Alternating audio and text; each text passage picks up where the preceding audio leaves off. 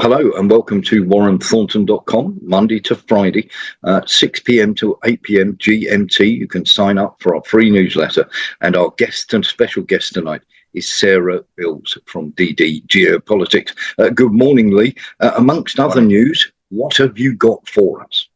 Well, we keep hearing about conscription and toning it down to national service. Well, Sunak's come out and said that there will be penalties for any young people that refuse to register for national service. So we're going to be talking about that and what some of those penalties might be, like you losing your driver's license.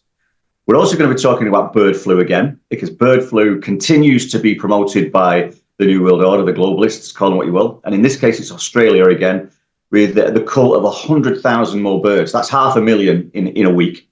And wow. We're going to talk about the cattle and pigs and sheep that are getting culled in other countries as well.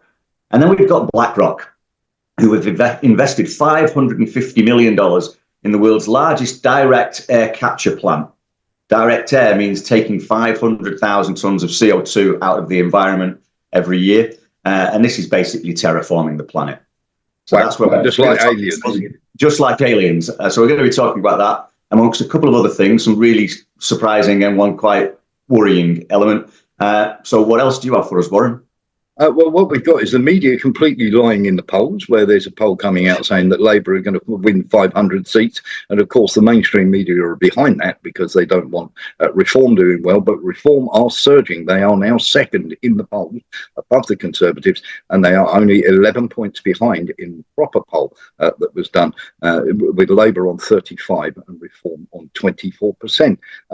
We'll also be talking about the build-up of troops. Ukraine have moved lots of men and equipment to the border with Belarus, and Belarus then went on full alert and decided to have a mobilization of their own people, and they're now Belarus troops gathering on the border as well. So that's the situation we've got to look at, and we'll be looking at the very real threat from Hezbollah.